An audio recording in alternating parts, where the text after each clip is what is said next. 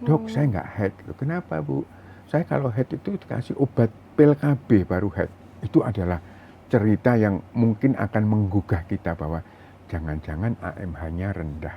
Jangan-jangan AMH-nya sudah mendekati 0. Jadi indikasi kita melakukan bukan hanya suami yang spermatozoonnya kurang, tapi kadar oosit yang rendah pun, yang kita lihat dengan kadar AMH, itu bisa kita lakukan indikasi untuk segera bayi tabung. Dulu itu biasanya nanam itu lebih dari 1 gitu loh ya. Mungkin 2 ya, mungkin karena usianya bertambah, yang agak usia tua untuk meningkatkan keberhasilan mungkin ditanam 2 atau ditanam 3 bahkan gitu ya. Tetapi karena sekarang itu angka keberhasilannya tinggi dan resiko kembar ya, kembar 2, kembar 3 itu cukup tinggi, maka kecenderungannya saat ini untuk single embryo transfer.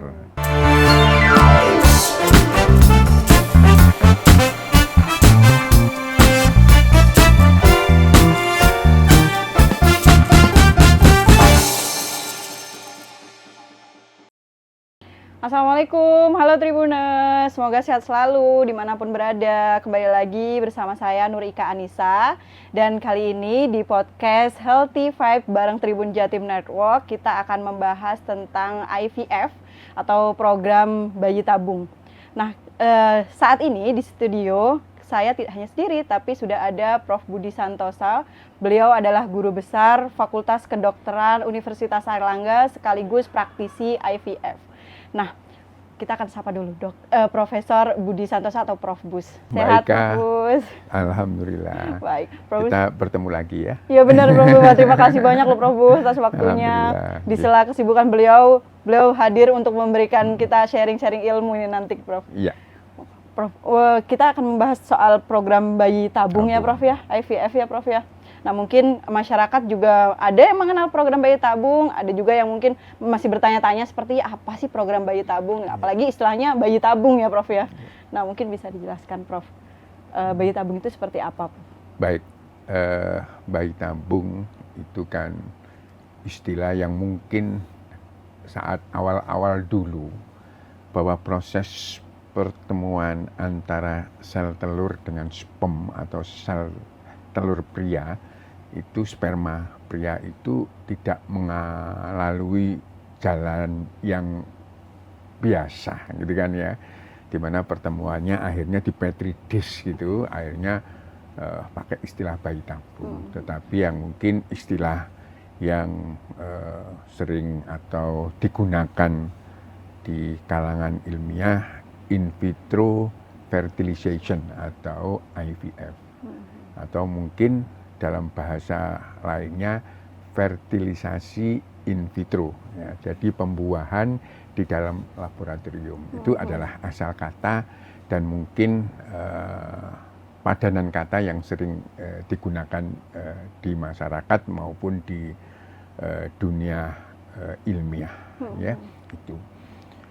Nah, kenapa bayi tabung atau IVF ini harus dijalani? Karena memang pembuahan tidak memungkinkan bisa terjadi secara alamiah ya. Dimana kalau pembuahan secara alamiah, begitu spermatozoon diejakulasikan di daerah ujung dari vagina begitu, karena melalui hubungan suami istri, maka spermatozoon atau secara keseluruhan air maninya atau spermnya atau spermanya itu sebagian masuk ke dalam rongga abdomen. Jadi bukan hanya di rongga rahim, bukan. Karena rongga rahim nanti di ujung kiri kanannya itu ada tuba fallopiae, saluran telur, yang mana oosit atau sel telur dari seorang istri itu menunggu di ujung dari tuba fallopiae. Nah, sehingga pertemuannya di sana, konsepsinya di sana, kemudian 1-2 hari dia akan berkembang dari 2 sel menjadi 4 sel, 8 sel, sampai kira-kira usia 5 hari blastosis, dia itu berjalan dari ujung saluran telurnya akhirnya masuk kembali ke dalam rongga rahim atau kavum uteri. Ini adalah proses alamiah yang terjadi saat pembuahan sampai kehamilan-kehamilan awal tumbuh di dalam rongga rahim. Kenapa bayi tabung ini harus dilakukan? Ya mungkin karena tuba fallopinya buntu. Ya, mungkin karena jumlah spermanya tidak cukup untuk membuahi oositnya. Jumlahnya ekstrim oligo gitu ya. Jumlahnya sangat sedikit, gerakannya banyak yang gerak di tempat atau banyak yang mati. Spermatozoonnya banyak yang kelainan morfologinya, sehingga dipilih yang bagus untuk dibuahi oosit, kemudian jadi embrio, hari kelima ditanamkan secara bukan alamiah, tetapi dengan kita melakukan penanaman yang kita kenal dengan embryo transfer ke dalam rongga rahim. Jadi konsepsinya pertemuan antara oosit sama spermatozoon berbeda. Kalau kehamilan normal atau bahkan inseminasi itu terjadi di dalam tubuh seorang wanita, tetapi kalau bayi tabung itu ada di laboratorium. Itulah perbedaannya. Oke, baik. Nah, kira-kira Prof, indikasi seseorang harus atau mungkin perlu untuk bayi tabung. Iya, bayi tabung itu seperti apa?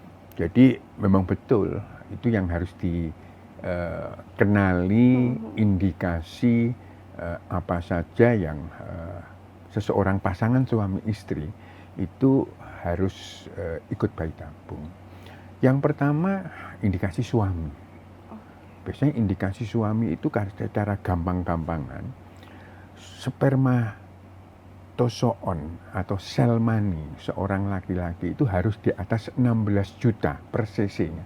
Itu bisa menghamili secara normal. Jadi kalau kurang dari 16 juta per cc itu harus dilihat dulu berapa jumlahnya. Kalau 10 sampai 16 juta itu kemungkinan bisa melalui inseminasi. Tetapi di bawah 10 juta per cc itu harus melalui program bayi tabung. Itu indikasi sperma.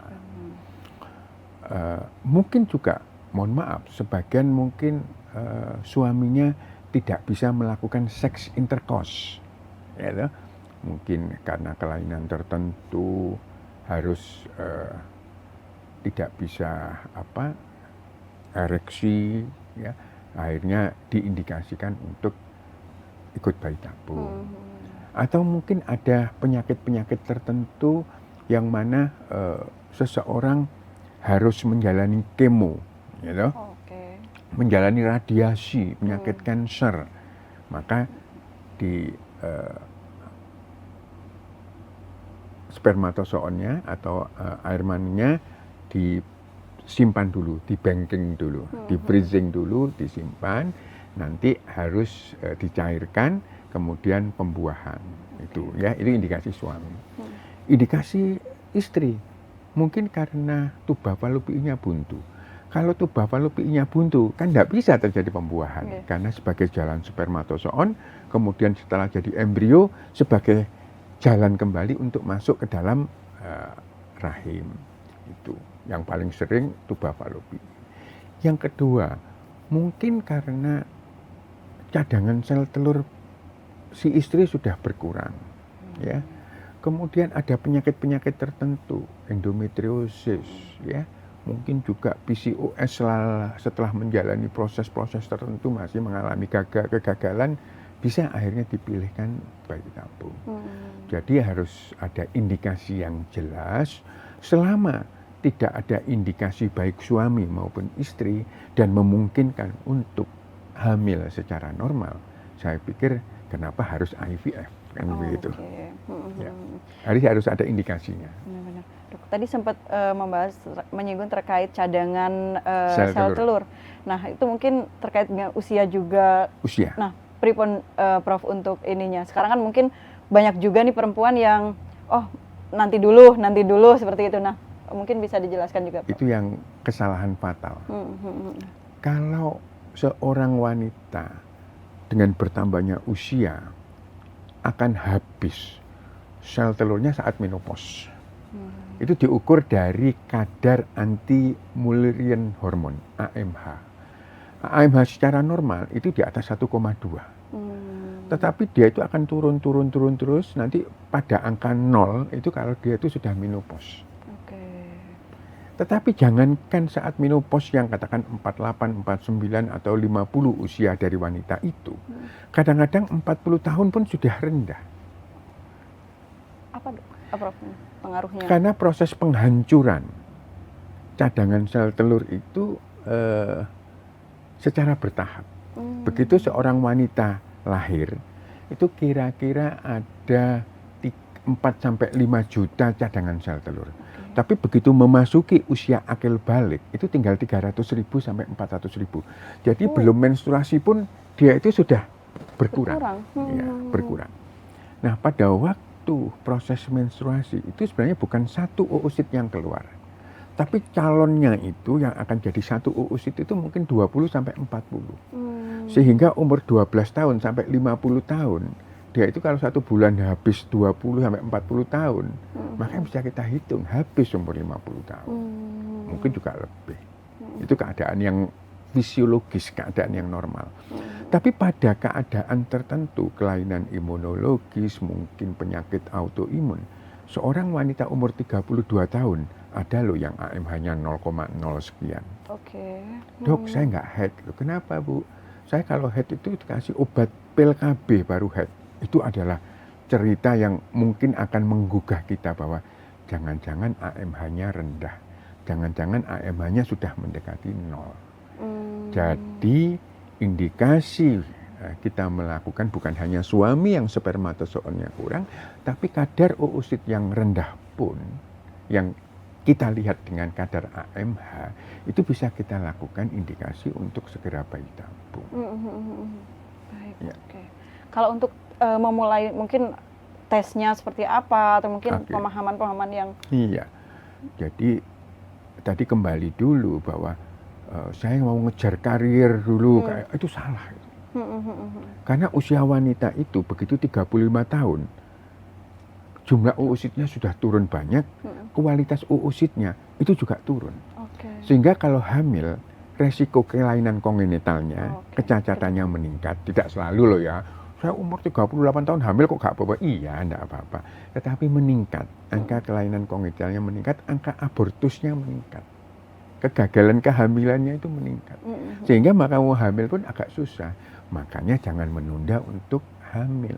Sesegera mungkin begitu menikah, hamil dulu, setelah itu ikut KB, monggo. Karir, monggo setelah itu. Ya sebisanya kalau dua-duanya bisa berjalan dengan baik ya itu. Tapi memang ada aturan dari beberapa perusahaan, nggak boleh hamil dulu 1 tahun, 2 tahun, oke lah itu menjadi bahan pertimbangan. Tapi menunda dalam sekian lama untuk tidak hamil sebaiknya dipertimbangkan. Nah, seorang pasangan suami istri sebaiknya begitu 1 tahun menikah dengan melakukan hubungan suami istri yang normal. Normal ya, normal itu begini. 1 minggu hubungannya 2 kali, 3 kali dalam 1 minggu, itu normal. Dok, saya sudah menikah 2 tahun, tetapi saya itu LDR-an. Ya, terus datang saya 3 bulan sekali. Itu kehubungan suami istri yang tidak normal. Jadi saya seringkali, kenapa sih tidak mesti harus satu rumah? Kenapa sih harus pisah kota? Ini istri saya kerjanya di sini, di bank ini emang dok. Gajinya tinggi, saya ngejar karir saya harus di sini. Ya nggak apa-apa kalau tahu resikonya, kan. Anda kan harus mengingat bahwa istri usianya bertambah loh, saya bilang gitu ya. Itu jadi kalau pasangan suami istri sudah melakukan hubungan suami istri secara normal dan belum hamil, itulah saat kita melakukan eksplorasi. Siapa tahu tiba-tiba suaminya azoospermia. Gitu. Tapi itu bisa dengan bayi tabung, gitu toh. Azoospermi. Nah, kalau azoospermi dilihat, ini pabriknya yang tidak memproduksi atau produksinya ada tapi saluran telurnya yang buntu, vas deferensnya. Itu berbeda terkait dengan prognosisnya. Kalau pabriknya bagus, produksinya ada, tetapi vas deferensnya buntu, itu bagus. Tahunya bagaimana? Diperiksa saja FSH, follicle stimulating hormone, pada laki-laki ini. Kalau AMH-nya tinggi di atas 10, katakan 20, 30 begitu, ini prognosisnya jelek. Karena pabriknya yang tidak mampu memproduksi. Tetapi kalau FSH-nya bagus, berarti produksinya bagus, tapi spermatozoonnya kok nggak ada, karena vas deferensnya buntu, sehingga spermatozoonnya tidak keluar. Loh, yang keluar itu apa? Air mani. Air mani itu komponennya ada pembawanya, zat pembawanya, sama spermatozoonnya, sama sel maninya. Jadi yang keluar itu adalah air maninya secara umum, tetapi spermatozoonnya tidak ada. Itu yang disebut dengan azoospermi. Tapi tidak usah khawatir. Bayi tabung, pengalaman saya, karena azoospermi, angka keberhasilannya cukup tinggi. Wah. Angka keberhasilannya cukup tinggi. Dari mana? Nanti diambilkan. Di testisnya itu diaspirasi, disedot gitu, nanti akan keluar spermatid, calon spermatozoon, itu nanti yang akan membuahi sel telur seorang istri. Itu adalah sebaiknya begitu pasangan suami istri sudah menikah 1 tahun, melakukan hubungan suami istri harus melakukan pemeriksaan. Siapa yang diperiksa? Pasangan, suami dan istri. Karena di masyarakat kan selalu ditunjukkan, kamu periksa. Mesti yang disalahkan pihak istri, belum tentu. 60% karena faktor istri, 40% karena faktor suami. Ini yang harus dipetani. Yang paling awal itu adalah periksa suami. Kalau suami ternyata normal atau kurang-kurang sedikit gitu, oke lah, istri yang harus dijalani. Dilihat saluran telurnya, tuba fallopinya, dilihat ovariumnya, apakah ovulasinya ada, apakah ovulasinya teratur, dilihat adakah penyakit-penyakit dasar tertentu seperti endometriosis, seperti PCOS, dan lain-lain. Dilihat apakah ada polip. Oh, ada polip, ya diambil polipnya, insya Allah hamil. Gitu. Oh, ternyata ada miomnya yang mengganggu proses implantasi, ya diambil, ya insya Allah cepat hamil. Jadi justru semakin cepat kita melakukan pemeriksaan, semakin cepat tahu apa yang bisa dikoreksi. Ini yang kadang-kadang pasangan suami istri, aku takut periksa, nanti ketahuan siapa yang abnormal. Enggak. Harus segera melakukan pemeriksaan agar supaya pasangan suami istri tersebut tahu siapa yang harus dilakukan perbaikan. Bisa karena faktor suami, bisa karena faktor istri, bisa karena keduanya. Ya, suami harus diperbaiki, istri juga harus diperbaiki. Baik. Wah, itu tadi soal IVF dengan infertilitas ya, Dok, ya. Nah, mungkin ada juga keinginan IVF tapi bukan karena gangguan kesuburan seperti itu, Dok. Mungkin trennya sekarang yang pernah saya dengar kayak misal orang pengen lahir di sio-sio tertentu seperti itu, atau mungkin seperti apa, Dok? Atau mungkin ya, kelamin, pengen indikasi bayi. Sosial ya. Indikasi sosial. Jadi bukan indikasi medis ya. Prof. Ya, bayi tabung itu kan tidak murah ya. Ya, tidak murah kan. Benar, dan angka keberhasilannya kan juga tidak 100%. Ya. Ini yang mungkin kita akan mempertimbangkan lah ya, mempertimbangkan. Tapi secara etika di dalam bidang bayi tabung itu masih belum memasukkan indikasi sosial itu sebagai indikasi untuk bayi tabung, untuk pelaksanaan bayi tabung ya. Itu kalau toh memang harus sio-sio tertentu ya mungkin masih bisa disiasati dengan cara-cara tertentu yang bukan IVF. Jenis kelamin pun juga masih kontroversi ya, bukan dengan IVF. Tetapi kalau jenis kelamin tersebut terindikasi karena penyakit dia itu penyakitnya akan muncul kalau dia itu laki-laki, katakan gitu. Ada penyakitnya akan muncul kalau dia itu perempuan. Oke, ini boleh, ini boleh. Tetapi karena mungkin sio atau mungkin saya ingin anak-anak saya laki semua, perempuan semua, masih kontroversi. Ada sebagian yang mau, ada sebagian yang tidak. Ya, karena mungkin nanti akan membawa masalah. Masalahnya apa? Ya kalau nanti yang embrio yang jadi itu laki semuanya sesuai dengan harapan. Kalau yang ternyata embrionya laki perempuan, yang perempuan nggak dimasukkan nanti. Nah itu yang berkaitan dengan etika.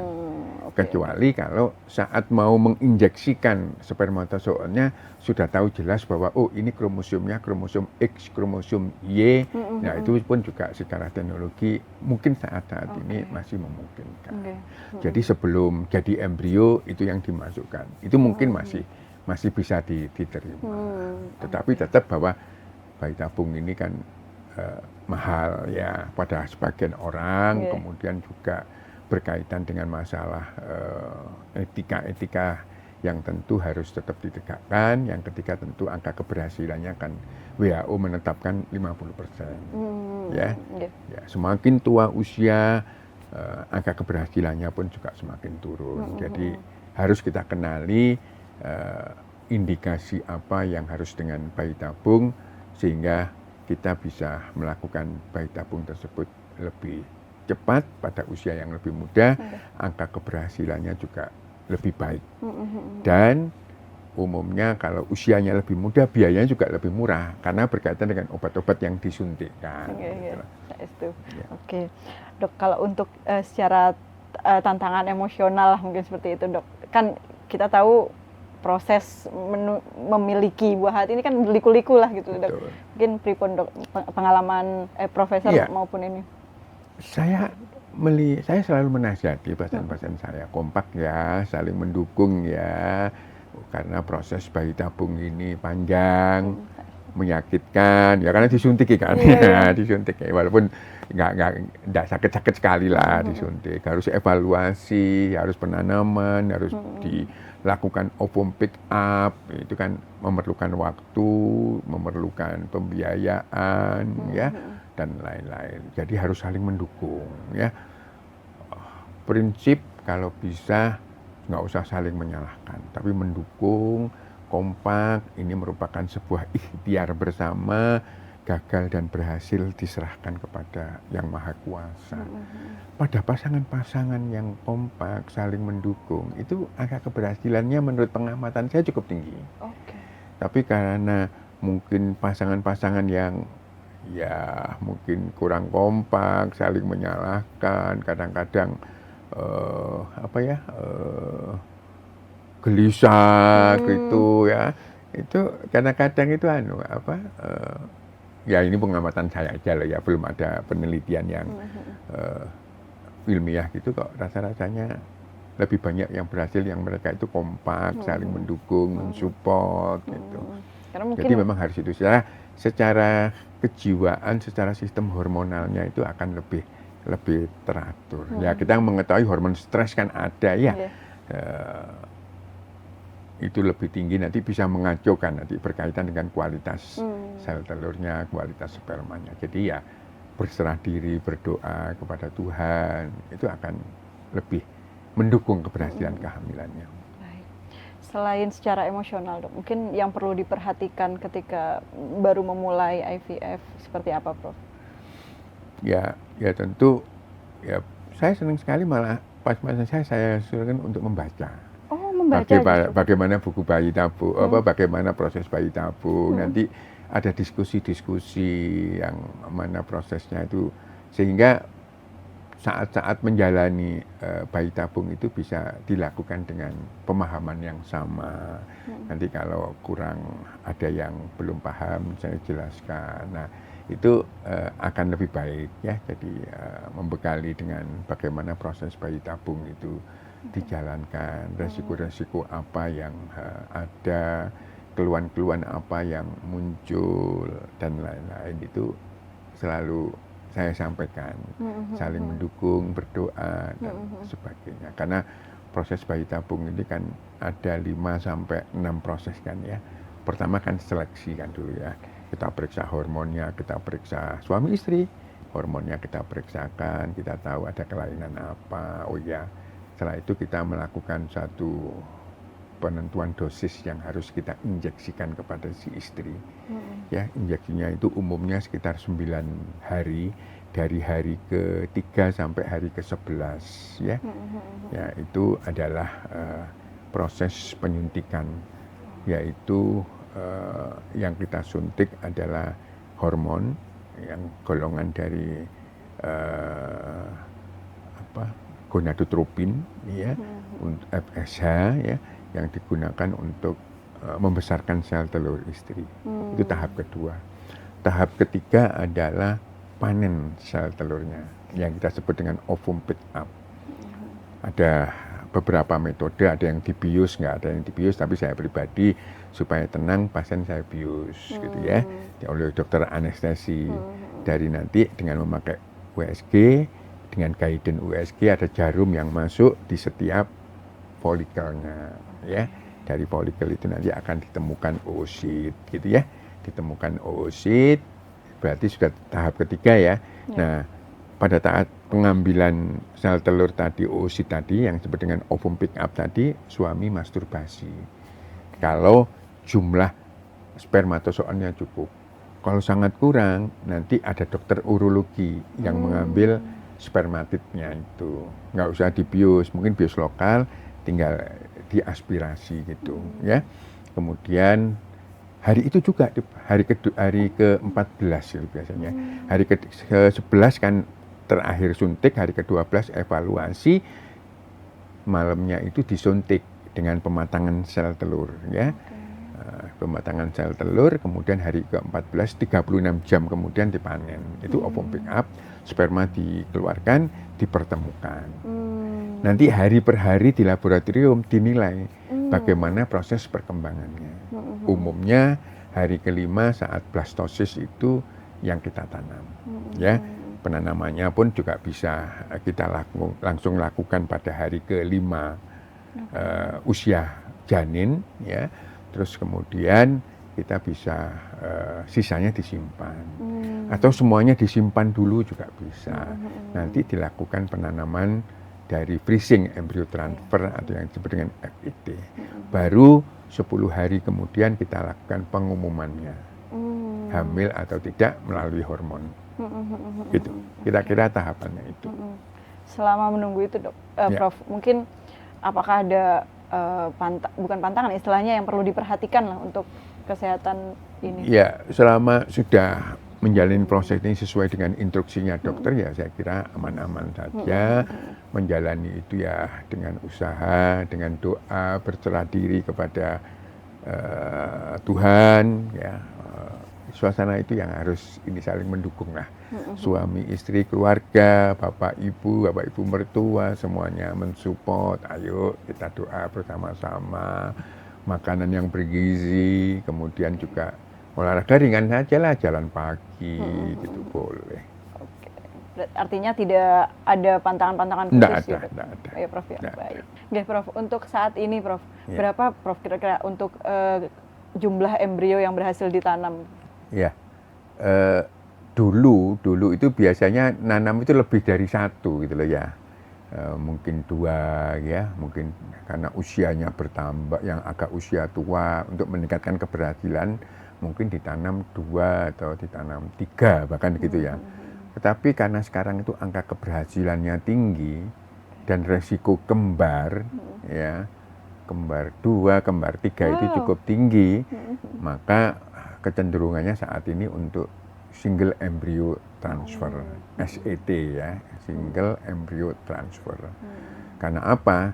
Ya mungkin kalau dari satu sisi orang hamil kembar 2, kembar 3 itu kan seneng ya, Tetapi resiko kegugurannya juga tinggi ya, resiko lahir prematur juga tinggi. Kalau lahir prematur kan berarti nanti harus diinkubator, biayanya kan juga tinggi, morbiditasnya juga meningkat ya. Jadi kalau sekarang memang dengan keberhasilan yang bayi tabung yang sudah cukup tinggi, kecenderungannya adalah single embryo transfer. Saya dulu banyak kembar tiga banyak, tapi sekarang ya karena ada tren untuk menghindari hal tersebut ya, maka sekarang kecenderungannya satu atau single embryo transfer. Tetapi kalau usia-usia yang sudah agak lanjut, kita bisa 2 embrio dengan pertimbangan untuk meningkatkan angka keberhasilan. Mungkin ada pesan Prof untuk para pasangan di luar sana atau mungkin Tribunus yang ingin mempersiapkan atau menimang-nimang nih sepertinya perlu IVF atau seperti apa? Baik. Jadi ada satu hal yang ingin saya sampaikan, bahwa yang paling penting itu adalah keterbukaan antara suami dan istri, sehingga kita bisa melakukan pemeriksaan lebih awal. Kita mengetahui kelainan-kelainan apa pada pihak istri dan suami, baru setelah itu kita akan mengetahui apakah perlu program kehamilan atau tidak. Kalau perlu program kehamilan yang mana? Itu kan ada tahapannya. Biasanya mungkin hanya dikasih stimulasi ovulasi, dijadwal senggama, mungkin karena usia pernikahannya masih muda, usia pasangannya juga masih muda, itu bisa kita lakukan ya. Setelah nggak ada indikasi apa-apa, tapi kok belum hamil, ya kita bisa menginjak ke inseminasi. Mungkin karena inseminasi sudah gagal, ya kita bayi tabung. Jadi bayi tabung ini merupakan usaha terakhir dari semua rangkaian yang ada. Selama itu bisa dikerjakan pada usia yang lebih muda, sejauh yang saya ketahui angka keberhasilannya cukup tinggi. Baik, terima kasih banyak Prof. Sama-sama, atas waktunya, baik Kak, atas ketemu lagi ya. Siap, Mudah-mudahan Prof. bermanfaat. Amin, amin, amin. Ya tentu mengikhtiarkan keturunan adalah perjalanan yang berbeda-beda setiap pasangan, dan semoga semua pejuang garis 2 mendapatkan keberhasilan dan kemudahan untuk mendapatkan momongan impian. Oke Tribuners, terima kasih dan see you next episode. Dadah, Assalamualaikum.